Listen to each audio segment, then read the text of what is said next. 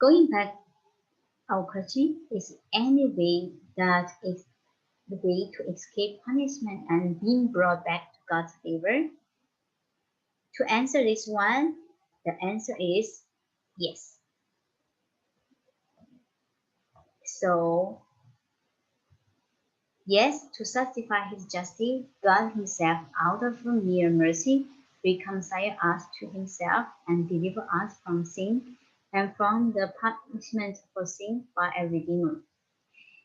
In Romans chapter 6, verse 23 also mentioned, for the wages of sin is death, but the gift of God is eternal life in Christ our Lord. To summarize that one, the good news for us is that God gave his Son and his only Son to us to be our Savior.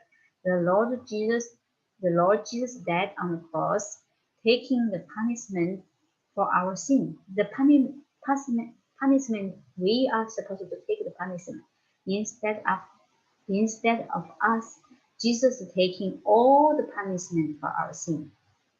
But Jesus didn't die stay dead forever. He also rose again on the third day.